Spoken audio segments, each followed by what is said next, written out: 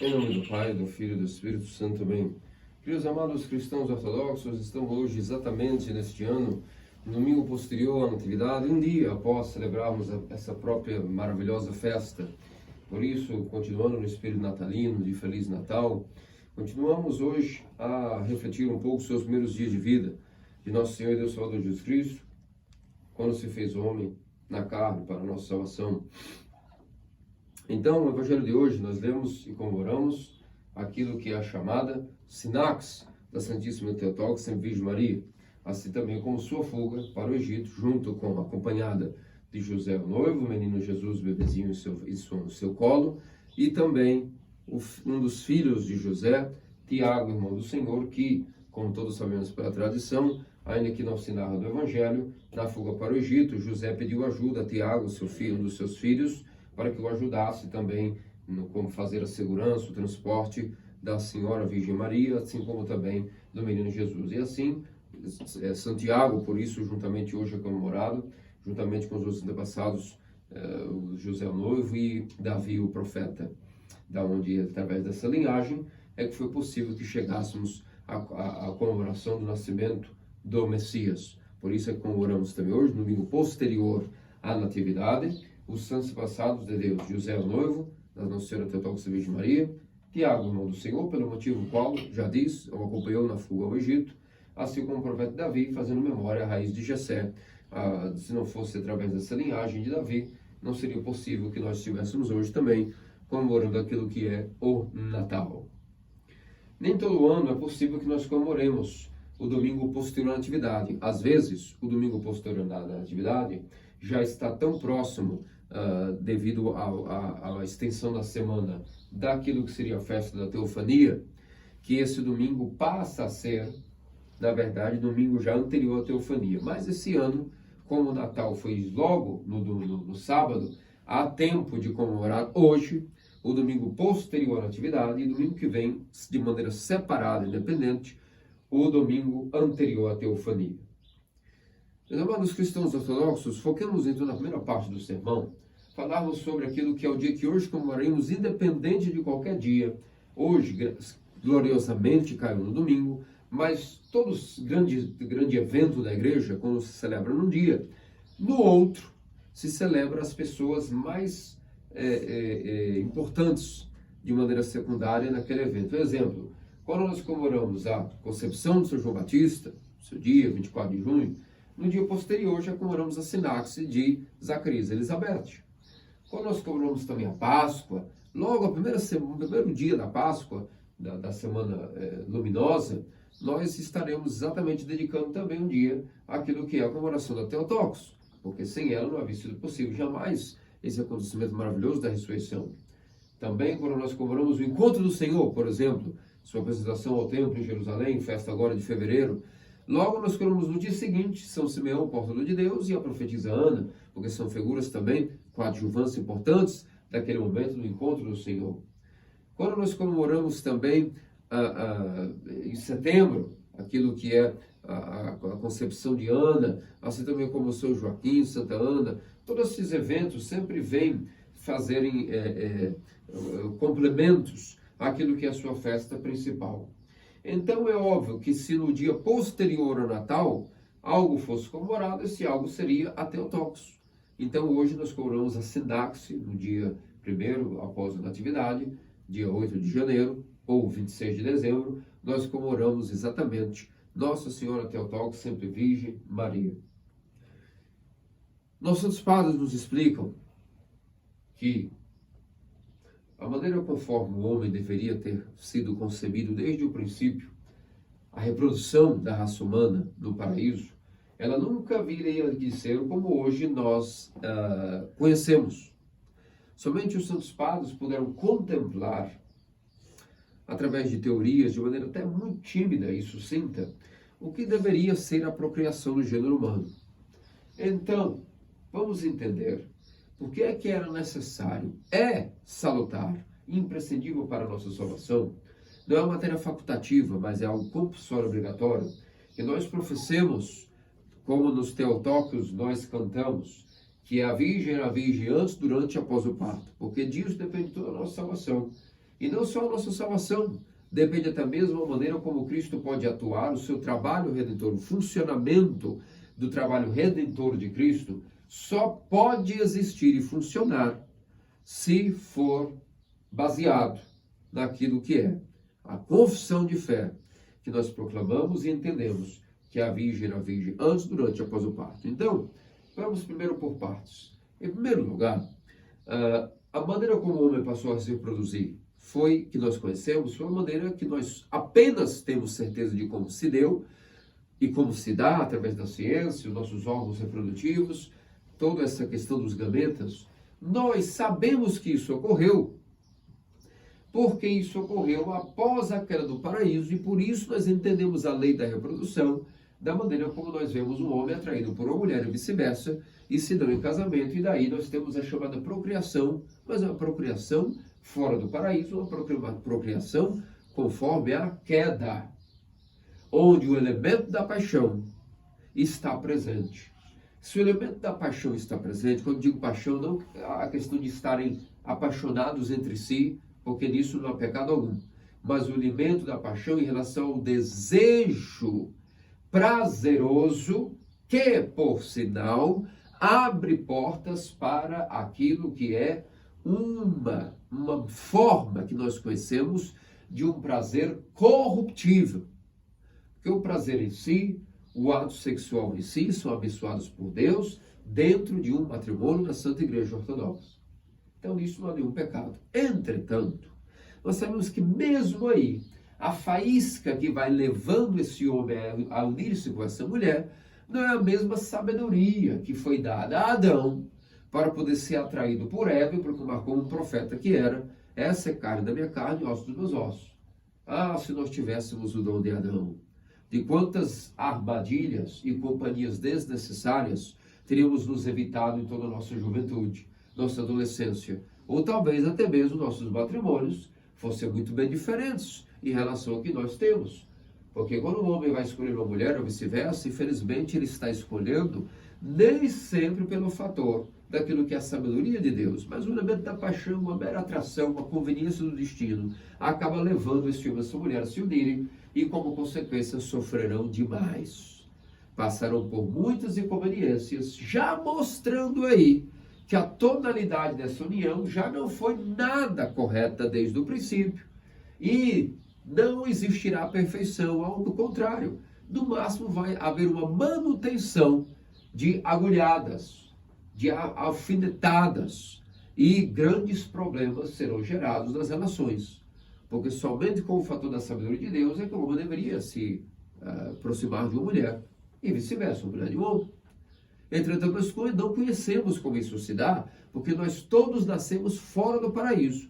A única coisa que nós conhecemos é que o homem acaba vinculando sua mulher ao homem através do veículo da paixão. Paixão aqui não fala o fato de ele estar namorando. É óbvio que a pessoa deve se relacionar somente com aquela que ele está apaixonado. Senão seria um matrimônio de conveniência pior ainda. Só que a paixão a qual atrai eles, o desejo carnal que os involucra, não é algo segundo Deus havia programado para ocorrer no paraíso. Ao contrário, isso é algo que o homem já caído acaba sofrendo como consequência de sua queda. Nós chamamos isso o elemento corruptivo. O elemento da corrupção é o que atua nessa lei da atração, de tal maneira que quando eles se darão em casamento, os filhos serão concebidos, como diz o salmista: eis que minha mãe concebeu no pecado. Então, não que o bebê nascerá com algum pecado, isso não existe, tampouco o pecado original, segundo Agostinho e outros. Não, o bebê nasce inocente, porque ninguém pode pecar antes mesmo de nascer. Mas o que volto a dizer, o elemento da paixão, o elemento da corrupção, a qual abre espaço para a atuação do Hades e da morte, estará presente desde o momento da concepção. É por isso que todo homem não apenas já nasce para morrer, por conta dos seus pecados que ele adicionará à sua natureza caída e enferma, que ele herda de Adão. Ele não herda nenhum pecado de Adão, nenhum ser humano recém-nascido. Ele herda a mesma natureza, expulsa do paraíso e nascida fora do paraíso. Logo, uma natureza corruptível, enferma, caduca, que vai oxidar-se constantemente desde o primeiro dia de nascido. Nós já começamos a oxidar-nos. Tanto que hoje os geneticistas já sabem que existe um gene, dentre todos os que nós temos, que já está desde o nascimento, responsável pela informação de envelhecimento gradual das células. E isso é a prova até científica de que o fator do Hades da corrupção, já nós nascemos com ele, não o fator culpa e pecado. Porque depois sim, ninguém pode salvar-se sozinho, e todos já nascem para morrer, porque além dos pecados que voluntariamente vamos adicionar à nossa natureza caída, essa mesma natureza caída já é concebida pelo fator da corruptibilidade.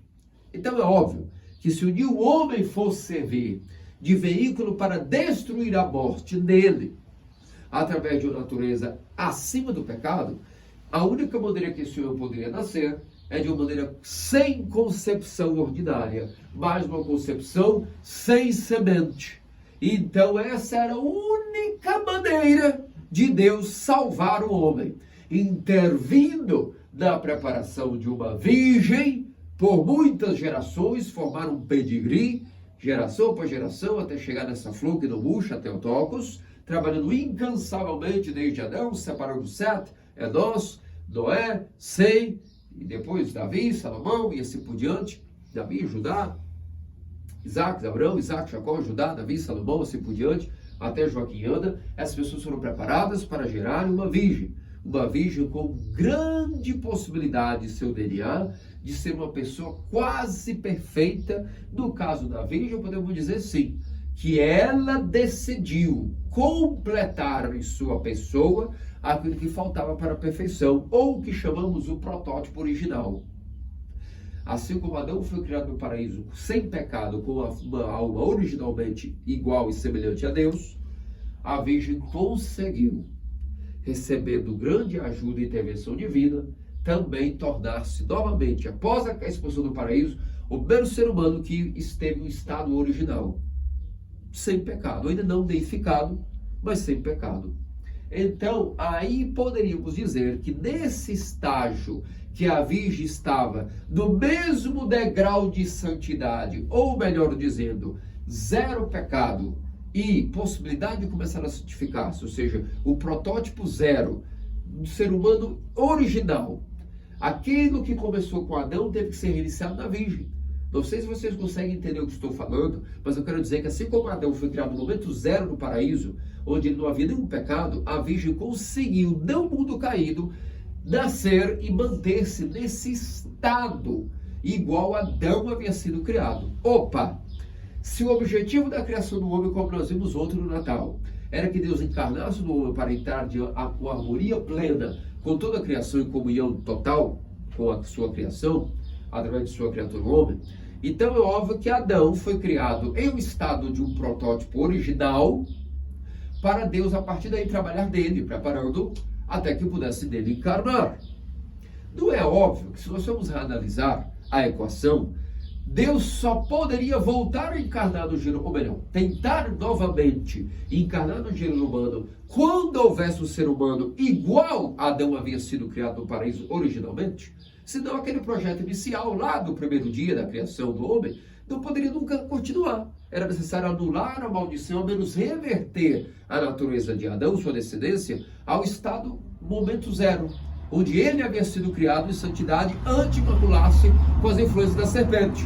Então Deus teve que trabalhar incansavelmente todo o Antigo Testamento para gerar um ser humano assim, um protótipo original, ainda não deificado, mas sem influência de defeitos, não sem defeito, sem um tipo de nada quebrado, tudo funcionando organicamente, espiritualmente, psicologicamente, emocionalmente, tudo conforme o protótipo original. Então a Virgem é grandiosíssima, em primeiro lugar, cuja Sinaxe hoje nós celebramos pós-natal, porque ela, no mundo caído, conseguiu voltar ao estado original, que não foi criado dentro do paraíso. Opa, após estar ela no estado original, como Adão foi criado, sem mácula, a partir daqui vamos continuar toda aquela historinha que vos contei ontem, do objetivo de a criação se unir completamente com o Criador através da síntese do barco e do microcosmos, o gênero humano. Mas percebe que isso era possível, ao menos voltar ao dia 1, de homem criado de maneira original. A Virgem logrou isto. Chegou no estado original, então vamos continuar. Se ela está no estado original, a partir de agora, Deus se comprazerá. E finalmente, como dizer, corrigindo-me, voltemos aonde estávamos. Adão caiu, mas agora contigo, Virgem, voltemos a trabalhar da onde havíamos parado.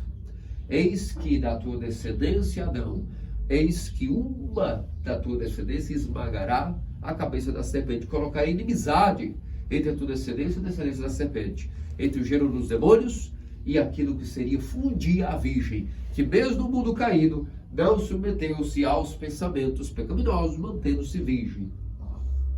Até aqui estamos dizendo antes do parto. Então, é óbvio que sem uma virgem, como que Deus poderia agora, ela estando no estado original, poder continuar a fabricar agora o homem-deus, o Theotropos, se ela, ainda que tivesse voltado ao estado original, dependesse de semente de homem para gerar esse Messias?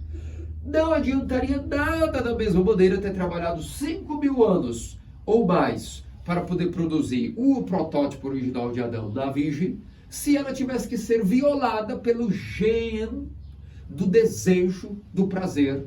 E então o que aconteceria? Novamente esse ser humano, esse bebezinho nascido, já nasceria com a influência do poder do Hades, gerando corrupção dele também. Então a única maneira da Virgem conceber é dogma. Não é como os heterodoxos pensam, que a Virgem poderia ou não ser virgem. Nós, os ortodoxos, proclamamos que, segundo os cânones, 2 pontos, é matéria de dogma, é salutar para a nossa salvação. E quem nega a virgindade da Virgem antes, durante e após o parto, nega toda a teologia, toda a salvação, e nem pode se chamar cristão. Aqueles que não comungam com o pensamento ortodoxo da Virgem antes, durante e após o parto, não podem ser chamados cristãos. Podem se autodenominar, mas não podem receber esse título, porque estão em alto grau de heresia e nem entenderam que o funcionamento do trabalho redentor do Criador só poderia ocorrer se agora então, sem semente de homem, para que a Virgem Imaculada não pudesse passar pela violência do elemento da paixão, e que a criança concebida não nascesse também com o poder do Hades, influência da morte, da corrupção em suas veias, essa criança tinha que ser concebida sem semente. E foi isso que ocorreu. Por isso é que era salutar que a Virgem fosse virgem, para ser o modelo 0, estado original, de Adão no paraíso, que também foi criado virgem no paraíso. Se vocês forem analisar, ele casou no paraíso, mas não havia perdido sua virgindade no paraíso. É muito provável. Então, concluímos com São Clemente e outros grandes padres, que a maneira que o homem iria procriar do paraíso seria uma maneira que preservaria sua virgindade, tanto dele e de sua mulher. Ah, como seria? Não importa nos pensar, porque nós temos nenhuma inteligência, caídos que somos, de sequer controlar os nossos impulsos caídos. Quem dirá entender como que Deus poderia, um mistério que nós não saberemos, talvez, quem sabe, Deus nos revelará isso, quando ele voltar na segunda vinda, talvez ele nos explique como seria. Mas nós sabemos que muito provável o estado que Adão e Eva procriariam no paraíso, quando fossem autorizados a isso, não seria um estado que fosse passivo de a perda de sua virgindade. Portanto, meus amados cristãos ortodoxos, até aqui chegamos a uma pequena conclusão parcial. A Virgem tinha que ser virgem e ela não poderia jamais estar violada, a sua concepção não poderia ser ordinária, senão o bebê nascido não teria nenhum tipo de vantagem em relação à natureza corrupta. Mas, como ele foi concebido sem pecado, ou seja, sem o fator homem, então ele entrou na natureza humana, através do mistério da encarnação, sem veículo de homem, mas com o dedo de Deus, com a graça de Deus. Logo, ele, ao nascer, tem uma carne igual a nossa em termos de natureza, mas em relação ao gene da corrupção e o poder que o Hades tem para vincular nele morte, ele não tinha. A sua carne foi gerada incorrupta e incorrupta iria permanecer.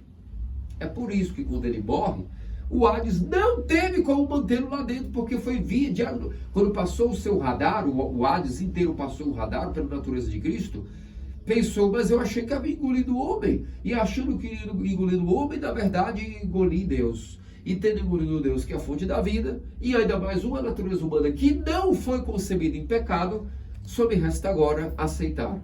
Engoli meu próprio veneno, e bebendo meu próprio veneno, morri. A morte me matou. Fui morrido, assim digamos, pela própria morte que me matou e me tragou, achando eu que havia matado o homem. Na verdade, engoli Deus, e Deus me matou, não enquanto só Deus. Me assassinou, eu, Hades, enquanto homem. Então, entendo, meus amados cristãos ortodoxos, o raciocínio. Deus poderia ter inventado qualquer maneira de salvar-nos. Para ele poderia salvar de qualquer maneira. O piscar de olhos tem os salvos.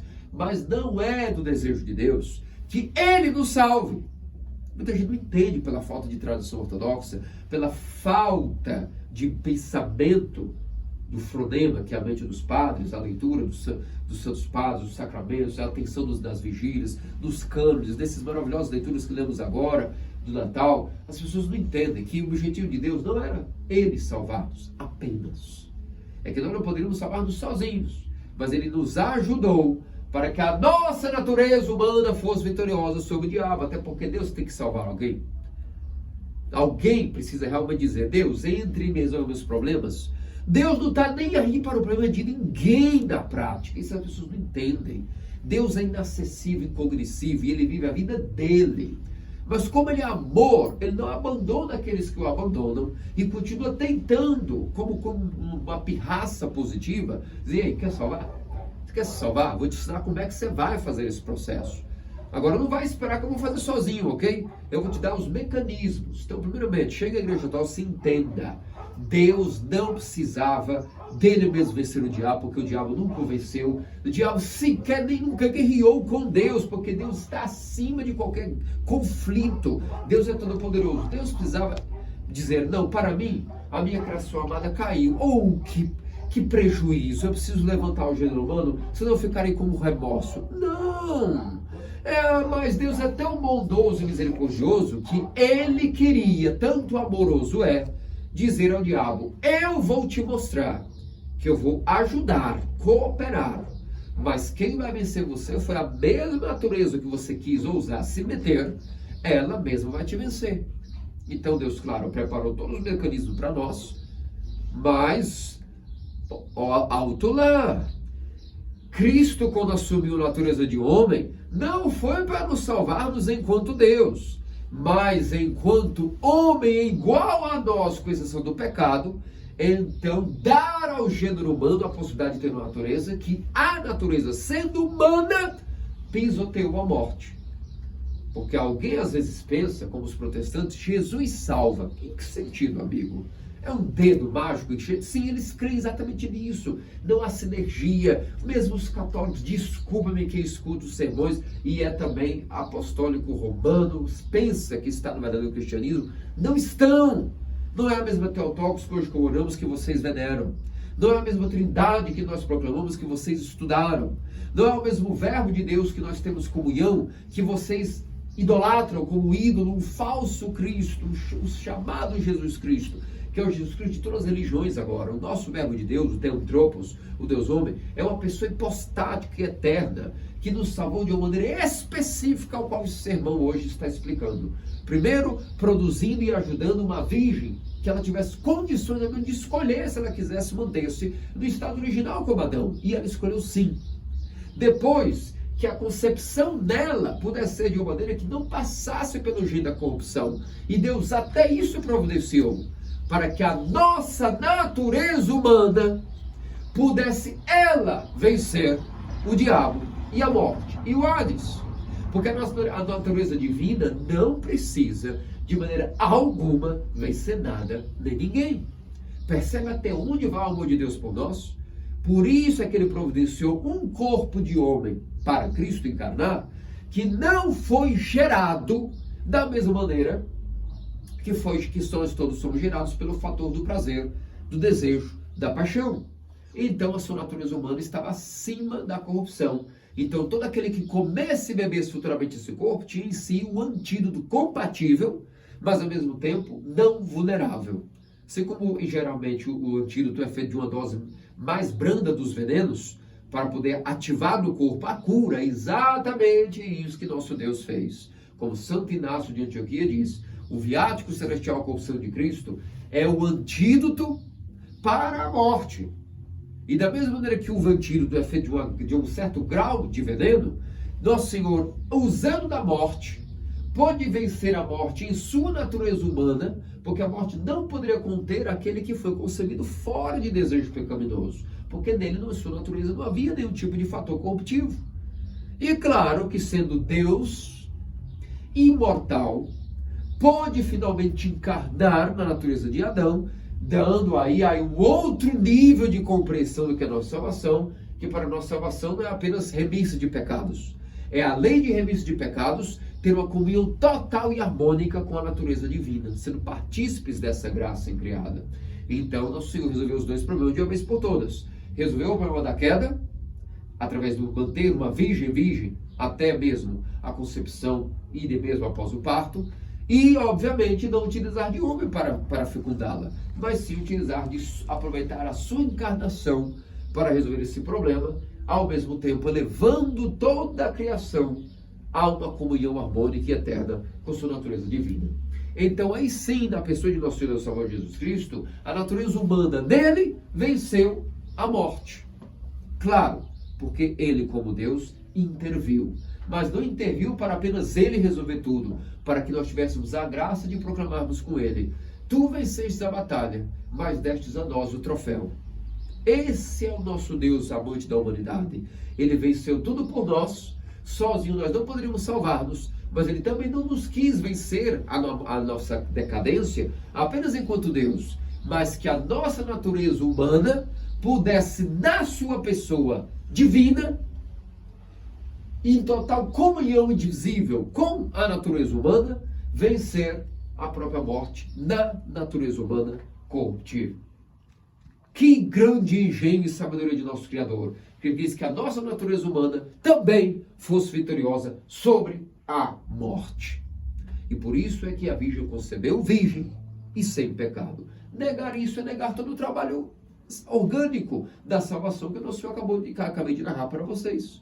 Como é que poderia ter ocorrido todo esse funcionamento redentor se a Virgem não fosse virgem ou se a concepção dela tivesse sido o padrão da queda? Agora, quando a Virgem teve a concepção através da Anunciação, festa essa que nós comemoramos em abril, uma vez que a concepção dela gerou nela o fator da deificação, tem alguma lógica que a Virgem tendo se mantido virgem antes do parto, depois tendo dado à luz, também virgem. Tem algum sentido que após ter sido deificada pela concepção, ela voltasse a ter marido e então começasse assim, como alguns protestantes pensam? Não, que era virgem, mas depois teve mais filhos. É mesmo? Então, amigo, vamos entender. Se eu acabei de narrar que o modelo original chegou ao grau de deificação na concepção, e quando um ser humano perde a virgindade com o desejo pecaminoso, a corrupção passa a ter poder em suas veias, tem lógica que a virgem, após estar deificada, fosse dar-se em casamento? Claro que não! É por isso que é dogma e é salutar de nossa salvação proclamar e adorar a Virgem de maneira ortodoxa. Eis que proclamamos a Virgem antes, durante e após o parto. Quem não crê nisso não é cristão. E não pode também participar do mistério da salvação, porque disso depende a nossa salvação. Proclamar que a Virgem é virgem antes, durante e após o parto. É por isso que fora da ortodoxia não há quem consiga entender de fato qual é a natureza da Theotokos. É por isso, meus amados cristãos ortodoxos, que continuando além, quando nós falamos da virgindade da Theotokos, significa exatamente que era para além disso, ela possuía o seguinte. Muitas vezes nós ficamos presos à virgindade também com um fator muito moralista, que eu vou ser sincero para vocês, me faz até vomitar de tanto que eu lutei dentro da igreja quando era o dito romanista, papista. Quantas vezes, como todos os jovens da minha geração, nós buscávamos explicações reais para servir-nos de remédio para os nossos problemas, para as paixões, para encontrar uma esposa, para saber qual que seria de fato a vida em si. O que é o modo de vida que agrada a Deus. E nós só encontramos, na verdade, pessoas farisaicas, moralistas, que vão pregar um tipo de castidade ou virgindade. E me dói muito ver que no meio da ortodoxia, muitas pessoas hoje em dia continuam com essa mentalidade mesquinha. Vamos aproveitar então esse sermão e mergulhamos na seguinte questão. Qual é a verdadeira noção de castidade e virgindade segundo a mente de Deus? Quando nós vimos nas parábolas das 10 virgens, nós vimos que havia uns 10 virgens, 5 tolas, nécias e 5 prudentes e sábias. É óbvio que a Teotocos, se estivesse entre essas virgens, estaria entre as prudentes e sábias. Por quê? As 10 eram virgens, amigo. As 10 eram cheias de castidade, meu querido.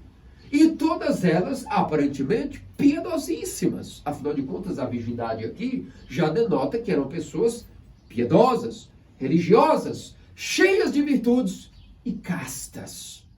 Pode uma pessoa perder a castidade se manter sua virgindade? Claro que não, é casta. Só que aconteceu algum problema, que essas mesmas pessoas castas e virgens foram banidas do banquete nupcial. Por quê?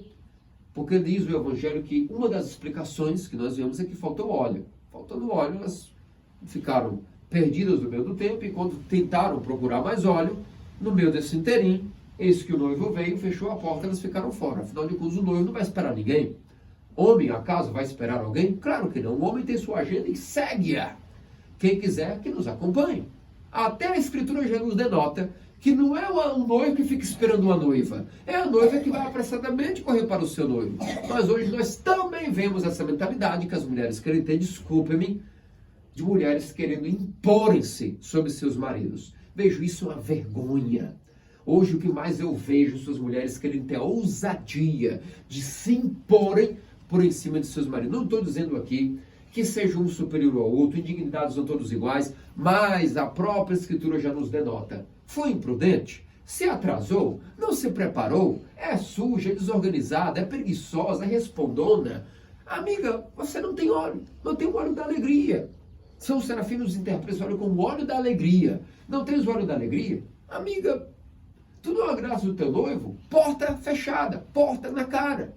Não estamos aqui pregando também machismo, não. É que tampouco a mulher que se digne, verdadeiramente mulher cheia de honra, não vai querer tampouco viver uma vida de pirraça ao seu noivo. Uma verdadeira mulher, pergunte a uma mulher que verdadeiramente gosta de amar o seu marido e honrá-lo de todo o coração, pergunte o que ela acha, ela, das outras mulheres que simplesmente não seguem a mesma programação de vida. As próprias mulheres aqui estarão em 2 grupos separados, entre as sábias e prudentes e as nécias e loucas, e será sempre assim na humanidade. Por isso que a guerra do cristianismo não é combater feminismo também, não. É que nós temos que entender que sempre haverá 2 grupos de mulheres, as sábias e as loucas. Então não é meu objetivo aqui também como pai espiritual dizer que nós queremos converter ninguém de feminismo. Agora nós temos que proteger sempre e dar aval àquelas que escolhem livremente, espontaneamente, serem sábias, dar a elas parabéns, elogiá-las, protegê-las e elevar o seu modo de vida como algo digno de louvor. Porque alguns também pensam que é no papel do conservadorismo ficar combatendo o feminismo, que é o que mais tem hoje em dia no YouTube. Você vê essas pessoas conservadoras de direita querendo combater o feminismo. Sinceramente, as pessoas têm que ser desprezadas.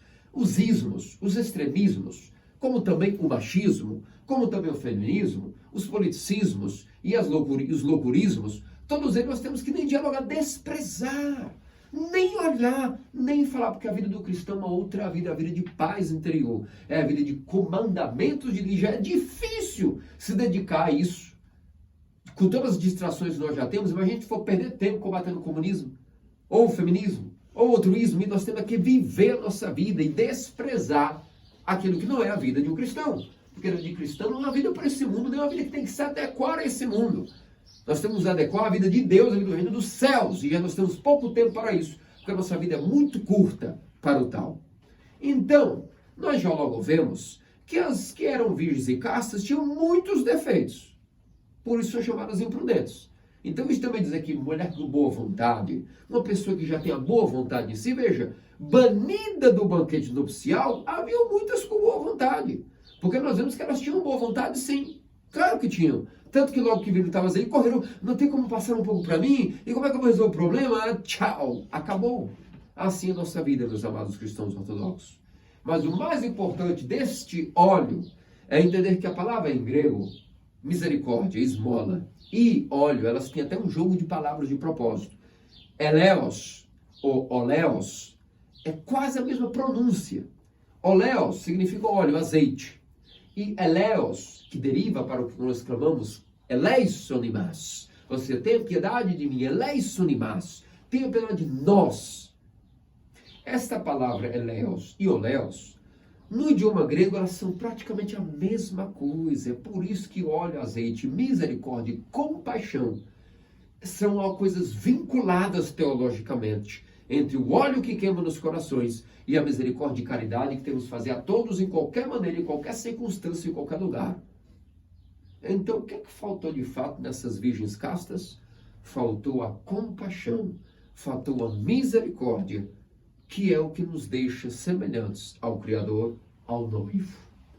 O noivo pode ver uma mulher cheia de virtudes e casta, mas se ela não procura ter a sua mentalidade, entendê-lo como ele pensa, elas não serão boas esposas, serão companheiras de boa vontade, mas isso não torna isso uma união de pensamento, uma união de coração, uma união de alma. O noivo busca uma mulher que una o seu coração ao dele, e não apenas uma união fictícia, através de ser boa.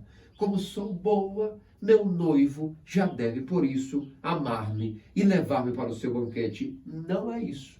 Isso é a mente infantil que pensa assim. A mente de Deus, a mente dos padres e a mente de um verdadeiro homem ortodoxo não busca mulheres boas. Busca mulheres que têm um coração semelhante ao nosso. No caso do Criador, o coração semelhante ao Criador é igual a um coração cheio de compaixão e misericórdia. Entende por que a Theotokos é proclamada virgem? Não apenas porque era virgem de corpo. Virgem porque possuía o título de virgem com V maior, porque nos diz São Filareto de Nova York, em uma de suas homilias para a festa da Anunciação, São Filareto nos disse, quando a menina apresentada por Joaquim e Ana no templo foi ensinada pelos sacerdotes e as outras virgens as escrituras, quando foi informado a ela e ela leu que a natureza humana havia caído do paraíso e todos jaziam em pecados, ela tomou para si isso tão seriamente que o coração dela se encheu de compaixão e de misericórdia, ao ponto de que a única preocupação que ela tinha dia e noite era dizer, como será que eu posso ser útil para resolver não o problema de um ou de toda a humanidade? Eu quero resolver e tomar sobre mim o todo o fator da corrupção da humanidade. E ela rezava dia e noite a Deus que ele pudesse redimir o seu povo e mandar Emanuel. Que ela queria ser útil em algo. Ela tomou para si de verdade um coração tão cheio de compaixão e misericórdia que ela levava a sério o problema da humanidade caída, não como uma coisa que nós lemos na Escritura sobre a Babilônia, sobre os persas, sobre Nabucodonosor, sobre os reis caídos. Não, ela tomou isso como se fosse o problema dela. E quando Deus observou que o ser humano era virgem, esse ponto, ou seja, de manter-se casta e virgem nos pensamentos, ao ponto de só ter espaço para misericórdia e compaixão, ele disse, agora encontrei alguém, minha imagem, minha semelhança de minha pureza, no sentido não apenas de castidade, mas imagem e semelhança minha pureza, em termos de pureza de coração, semelhante a misericórdia e compaixão. Agora que eu tenho mais semelhança de minha pureza, de compaixão e misericórdia, eu posso me encarnar, porque me compraz habitar nesta virgem que tem uma mente igual à minha. Pura misericórdia, pura compaixão. E aí é que por isso que Deus se compraz, pôde se agradar em ter encarnado no seio de Nossa Senhora Theotokos e Virgem Maria. Percebe aqui mais uma digital, mais um diagnóstico da personalidade de nossa querida Theotokos e Virgem Maria, cujos dados hoje celebramos? Que tipo de mente era essa? Que desde pequenina se preocupava sobre a corrupção de todo o gênero humano com a sua preocupação número 1. Uma criança, geralmente, nós observamos os meninos. O que é que na cidade eles querem? Pirulito, chocolate, balinha, diversão, brincadeiras, distração. A virgem, nada disso importava para ela desde os 3 anos de idade. A sua única preocupação era o gênero humano. É por isso que Deus viu e disse, agora temos aí uma pessoa casta de verdade. Segundo a teologia, meus amados cristãos ortodoxos, presta bem atenção. O que é a virgindade, segundo nossos santos padres? A virgindade, nos explicam nossos santos padres, que sim, ela é, primeiro, não é uma bênção não, como muitos pensam. Ela é um chamado elevado e um dom dado por Deus. Que algumas pessoas se mantêm virgens e elas se criam abençoadas, especialmente melhores que os outros, não. É um chamado elevado à virgindade. É um chamado de Deus, que sim, seria bom, como diz São Paulo, que todos fossem como eu. Ou seja, que não tivesse aborrecimento de matrimônio, porque aí há sofrimento e tristezas, já dizia Paulo. Adão e Eva no paraíso também eram virgens. Significa que a virgindade é um chamado especial e que, oxalá, todos fôssemos virgens. E o que significa isso? Que esse degrau de sendo virgem, ou para os que não são virgens, mantendo-se castos, eles adquirem o primeiro degrau, o primeiro fundamento para que possam adquirir o que nós chamamos em patrística a pureza de coração. Sem a castidade física, ninguém pode adquirir a pureza de coração. O que Santo Isaac Sírio gosta de chamar límpida pureza. Não há como adquirir a pureza de coração se nós nem no corpo não nos mantemos ainda castos. Então aí começamos a entender a explicação número 1 de por que sem moralismos, mas de uma maneira terapêutica, por que é que nós devemos lutar para mantermos os pensamentos puros contra desejos carnais e o corpo longe de fornicação e, de preferência, a quem tem esse chamado, manter-se virgem. Porque a virgindade e a castidade são imprescindíveis para que possa o homem adquirir a futura pureza de coração ou límpida pureza, como diz Santo Isaac Sírio. Se o objetivo do homem é ver Deus, e somente os puros de coração podem ver Deus, todos concordamos, porque não somos idiotas, que todos precisamos ser puros de coração. Só que adquirir a límpida pureza não é nada fácil. Pureza de mente até é fácil. Um segundo eu limpo minha mente, não penso nada, estou puro de mente. Já o coração, meu amigo, limpar o coração de um homem, o coração podre e sujo, é um trabalho muito difícil. Só que a válvula número 1, que poderá começar a diluir essa mancha, essa gordura pecaminosa, é manter-se virgem do corpo e casto. Porque aquele que não pratica a castidade, tampouco nunca adquirirá a pureza de coração. Esse é o sentido de porque sem moralismos, mas de maneira terapêutica, devemos manter os pensamentos limpos e o coração sem desejos. Ou seja, e o corpo sem atos pecaminosos, para que Deus possa, a partir desse fundamento, trabalhar em nós a futura pureza de coração e límpida pureza. E o que significa então? Alguém pode perguntar, ok, padre, mas o senhor explicou agora o que é castidade e virgindade de verdade. Ótimo, um grande alívio. Mas o que é a pureza de coração? O que você pode nos explicar o que é pureza, límpida pureza, que São Isaac Sírio diz? Pois bem, vos explicarei. Pureza de coração, homem puro de coração, é aquele que adquiriu um coração pleno, explodindo e transbordando de misericórdia e compaixão. Isso significa ser um ser puro de coração, que a mente dele purificada dos pensamentos malignos, o corpo descansando da fornicação e dos mais atos impuros, o coração então preparado por Deus com a pureza ou límpida pureza, adquirirá uma capacidade de ser tão misericordioso e compassivo e fazer tanta caridade para todos, que adquiriu a semelhança de Deus. Ou seja, é um modo de vida chamado modo de vida do constante arrependimento. É por isso, meus amados cristãos ortodoxos, só há uma só maneira de viver. Só há uma maneira de relacionar-se o gênero humano, até no matrimônio, a maneira de procurar noivos, noivas, relacionamentos, a maneira de guiar um matrimônio, a maneira de um leigo viver. Pode o leigo não ser casto? Mesmo casado, algumas pessoas pensam que entrando no casamento elas estão livres de problemas. Não, não, não, não, não. O casamento não irá impedir todos os problemas de castidade. Mas se temos duas pessoas sóbrias de mente, elas ajudarão um e outro a salvar esse que sentido, ajudando que essa pessoa possa sentir confortável para manter a sua castidade.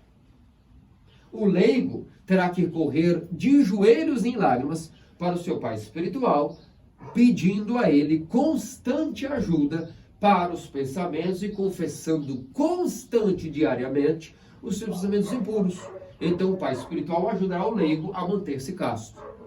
E os monges, levando isso ao alto grau máximo, alguns já entrando no monacato virgens, outros fazendo-se virgens pelo monacato, que é duas modalidades de virgindade, alguns entram virgens no monacato e perdem a virgindade no monacato porque não entenderam aquela virgindade que eu vos expliquei, que significa a pureza de coração. São virgens no corpo, mas virgens imprudentes na alma.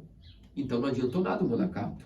Outros entraram no monacato e não eram virgens, mas o monaquismo os produziu uma tal virgindade que ninguém pode tirar.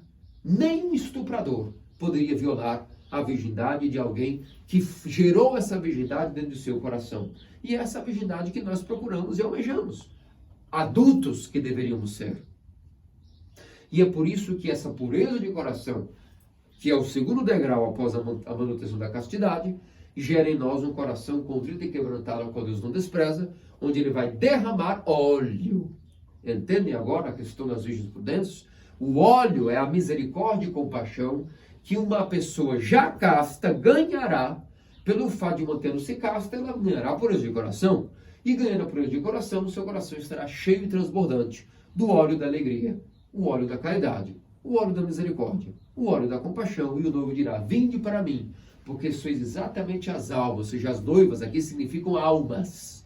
As almas que eu procurei para viver comigo na eternidade são essas. Imagem da minha imagem, semelhança de minha semelhança, cheios de misericórdia e compaixão e benevolência. Essa é a verdadeira virgindade.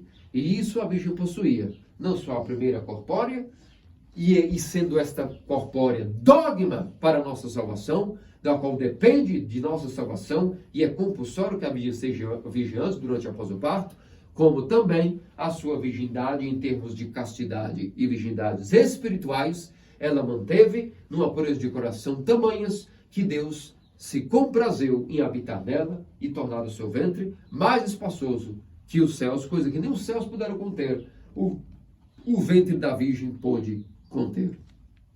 Isso tudo só é possível através do modo de vida, o arrependimento. E hoje nós comemoramos entre os antepassados de Deus, São José o noivo, Santiago, irmão do Senhor, o profeta Davi. O profeta Davi, que é o homem, que é o exemplo bíblico e patrístico máximo. Existem muitos outros, mas quando queremos trazer na nossa mente o que é um homem capaz de arrepender-se violentamente a si mesmo, é o rei profeta Davi, cujo onomástico hoje nós celebramos, inclusive nosso subdiácono no Paraguai, nosso querido irmão Davi, hoje comemora a sua festa patronal.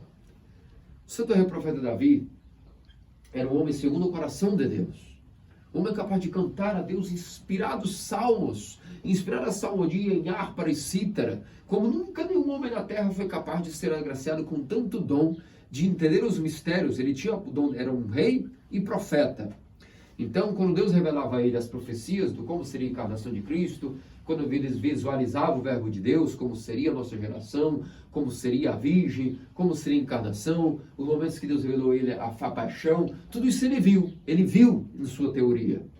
E mesmo assim, chegou o momento que o homem que era dotado de tamanha teoria, não estou dizendo que era um amador, um principiante na fé, um homem que vivia na teoria, ou seja, na iluminação de seu intelecto, em alto grau de manifestação da energia incriada, não era um qualquer, era um homem segundo o coração de Deus, que veio Deus antes dos séculos e antes das nuvens e dos tempos, que transbordou o tempo e espaço e disse: eis que arrancaram minha barba e me esbofetearam.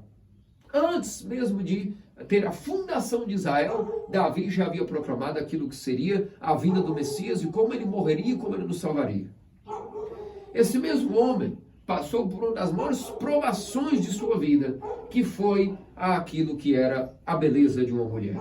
E não podendo resistir, obviamente encantado com a beleza de Betsabeia, mandou matar o seu melhor amigo, seu general Urias, providenciou todo um cenário, toda uma bandeira que ele pudesse ir para a guerra, e nisso ele iria abafar tanto o seu adultério, para que ele pudesse não ser difamado, o adultério e o engravidar daquela mulher seria abafado pelo fato de que ele iria virar Urias para a guerra, iria resolver de uma vez por todas, poderia depois mentir e dizer que essa mulher engravidou de alguém, ou estava grávida do marido, o marido morreu, mas o filho não seria dele.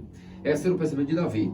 Então, enlouquecido pela paixão, pelo remorso, pelo orgulho, fez com que agora o seu adultério fosse adoçado, mais ainda temperado agora com assassinato.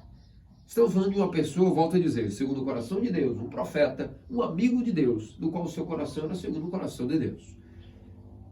Se Davi era passivo dessas quedas, o que é de possível para nós, miseráveis que somos? Mas é necessário entender o poder do arrependimento. Então Davi, achando que havia resolvido esse problema momentaneamente, Deus não o abandonou porque a sua alma estava obscura e perdida. Um abismo intransponível foi colocado agora entre ele e seu Criador. E Deus, que ama muito suas criaturas, o visitou. O visitou não diretamente devido agora aos seus pecados, sua mente obscurecida não poderia receber teorias. Mas Deus sempre guarda na manga as suas cartas e enviou o profeta Natã. E o profeta Natã chegou, o admoestou, o corrigiu. E assim que através do amor e das palavras do profeta Natã, as escamas caíram dos olhos de Davi, ele imediatamente remendou-se. E não foi acusar, dando exemplo para ele, não foi acusar as mulheres. Não foi acusar a beleza da mulher. Não foi acusar tampouco os demônios. Ele bateu no peito e chorando e suspirando, compôs o Salmo 50 e proclamou: tem piedade de mim, ó Deus, peguei contra ti só, lava-me mais e mais da minha culpa, purifica o meu pecado.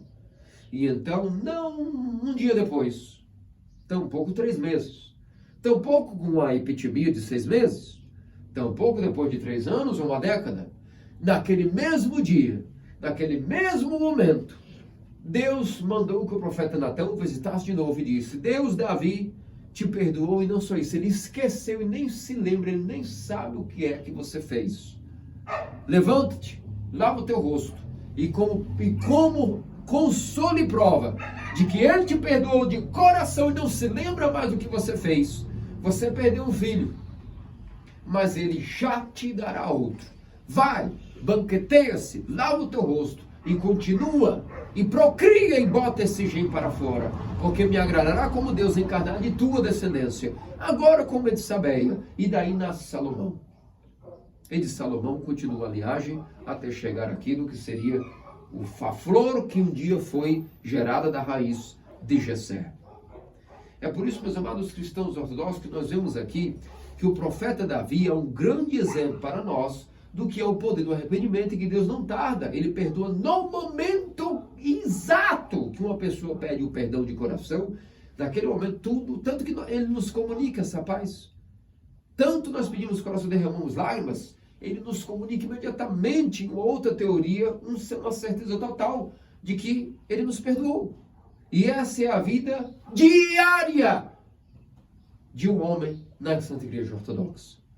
Alguns pensam, de repente nós somos golpeados assim, hein? Eita! Não, ignorante! Não, principiante da fé! Tu não sabes nada a respeito da vida espiritual. Todos os dias nós passamos por essas mesmas quedas e todos os dias nós temos a oportunidade de se mesmo levantar. Se tu não estás sendo tentado dessa maneira e não percebe tuas quedas, é que alguma coisa muito estranha está na tua vida espiritual, e talvez tu estejas tão cego que o demônio te deixa no estado tão apático que você nem percebe o que você deveria confessar em suas quedas, porque você não tem vigilância.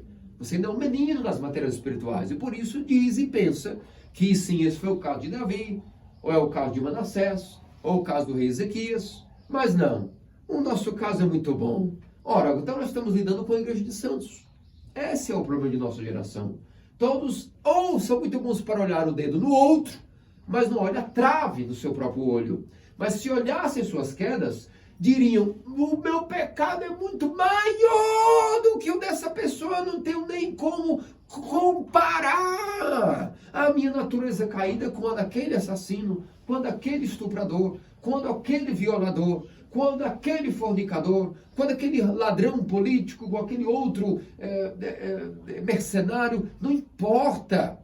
Se nós formos realmente sinceros, tivermos o dom de Deus, o Espírito Santo, Consolador, Espírito da verdade em nossas mentes, como nosso amigo, anjo da guarda, como nosso protetor, nós vemos na cara, dói, que o nosso pecado é muito pior do que qualquer narrativa que nós possamos ler do mais abominável dos pecadores. O problema só é isso, é a pessoa que é problemática e não consegue ver ainda o nível de sua obscuridade. Mas o profeta Davi pode ver. E chegamos a outro nível de compreensão desse sermão. Creio que é a quarta vez que vamos mergulhar em um tema profundo nesse sermão, mas é necessário. Como é que nós podemos adquirir o modo de vida do profeta Davi? O que é o arrependimento? E como podemos, portanto, no domingo posterior ao Natal, já estamos entrando no clima para aquilo que é a festa da Teofania, o batismo do Senhor, cujo tema é o arrependimento.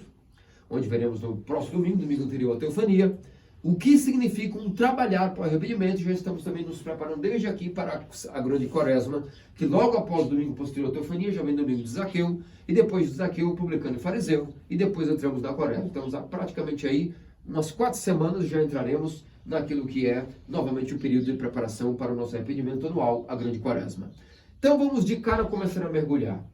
O que ocorreu no profeta Davi? Que ele conseguiu ter forças para se derramar com uma cera pura diante do fogo do amor de Deus. Meus amados cristãos ortodoxos, o arrependimento do grego significa mudar a mente. E ninguém muda a mente de maneira fácil. É mais fácil mudar o clima do que mudar a mente de alguém.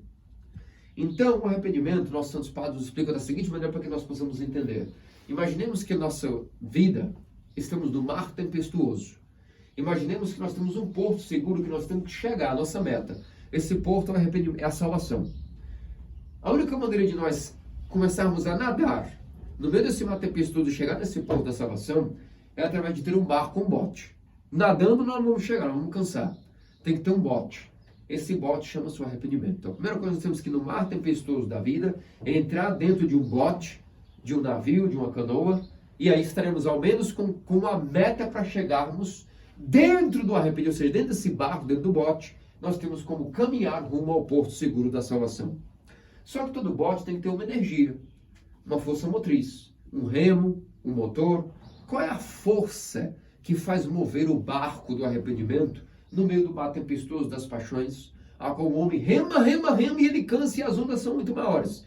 Vou dizer para vocês, remar não vai adiantar, porque nós somos humanos e o nosso barco cansa.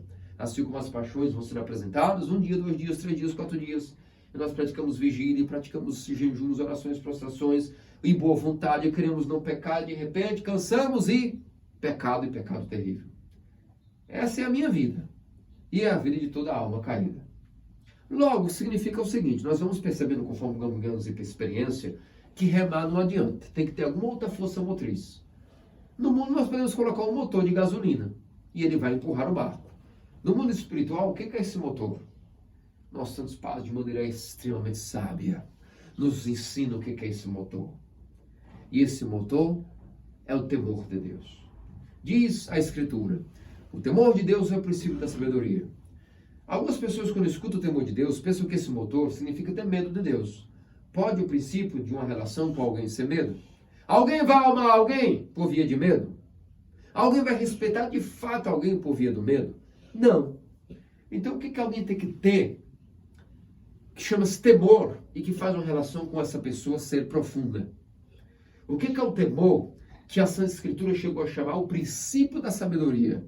Não pode ser medo, porque eu acredito que nenhum homem sábio ficou sábio porque tinha medo de alguma coisa. Ao contrário, o medo até emburrece. O medo paralisa. O medo fabrica perdedores e burros, imbecis. Todo imbecil é medroso. Todo herói não é covarde. Todo homem inteligente não tem preguiça.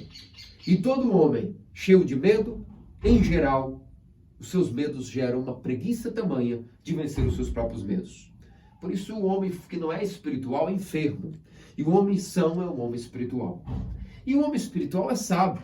E o homem espiritual, portanto, tem o temor de Deus. O que significa, portanto, esse temor? Quando nós estamos no meio do pecado, mas nós não desistimos de tentar dizer: Deus, eu te abandono, não abandones a mim. De alguma maneira, um dia ajuda-me. Pequei contra ti. Eu não sei o que fazer. Ajuda-me, que eu estou perdido. Ou isso vem de nós, ou Deus nos envia os anjos e as orações dos santos, que de alguma maneira na liturgia, ou na nossa oração pessoal, nos dão uma picada. E essa picada, assim como o profeta Natan picou Davi com a sua demonstração, Davi escutava o que Natan disse e passou pela cabeça dele todos os momentos que Deus havia feito ele vitorioso por Israel. Davi lembrou todos os momentos que ele foi libertado da cova do leão. Todos os momentos que Saul havia enviado soldados secretamente para matá-lo e ele escapou daquelas armadilhas. Como Deus com o braço forte o livrou de todas as perseguições. Como Deus o alegrava ao dar a ele as inspirações noéticas dos salmos. E naquele momento passou pela cabeça de Davi a dor de um dia saber que nunca mais ia experimentar a alegria de ter comunhão com Deus. E isso doeu tanto em Davi, doeu tanto ele imaginar que poderia perder a relação com o seu Deus, que não é por medo, não era por vergonha, não era acusando ninguém. Ele botou a cabeça no chão e disse: eu tenho muito medo de perder a minha relação contigo, e isso é temor. Me dá saudade dos dias em que éramos um e outro, combatendo os pagãos, combatendo a idolatria e vencendo tudo por amor de teu nome. Então ele se levantou e, com medo não da punição, porque sinceramente ninguém se corrige por medo, e nesse estado de arrependimento que o homem tem, um homem suplicaria a Deus: esbofeteia-me, chicoteia-me, porque dói menos do que o medo que eu estou sentindo de tu nunca mais mostrar a tua face inefável para mim, que sou pecador. E nessa picada benevolente, nessa virtude chamada o temor de Deus, o homem tem medo de perder a relação de amor com Deus. Isso não é medo da punição, é medo de perder o amor de seu Deus. Nesse estágio, tudo na mente de um homem começa a mudar, porque o temor de perder a relação com seu amigo Cristo e a Theotokos e os anjos é tão grande que ele, só de passar pela cabeça dele, quando as escamas caem, que o que ele está fazendo está afastando e ele corre o risco de ser abandonado para sempre na ausência do divino. Então, não por medo do inferno, não por glória de céu, coisa nenhuma, mas por temor de perder a relação com seu amor maior, do seu Deus, e ser banido das relações que ele experimentou com Deus, esse homem acende em seu coração o temor de perder a relação com o seu amado Criador. E esse temor é um motor forte o suficiente, com tração e motriz, que o empurra a esse bote do arrependimento para chegar e romper as ondas tempestuosas e atracar no porto da salvação. É por isso, meus amados cristãos ortodoxos, que a castidade, a virgindade que vos narrei, é um modo de vida do arrependimento que todos devemos viver. É isso que é a única maneira de sobreviver, e o único modo de vida é o que a Igreja Ortodoxa nos ensina. O arrependimento é um modo de vida. Para os monges, esse chamado elevado da virgindade, da castidade, até mesmo como voto.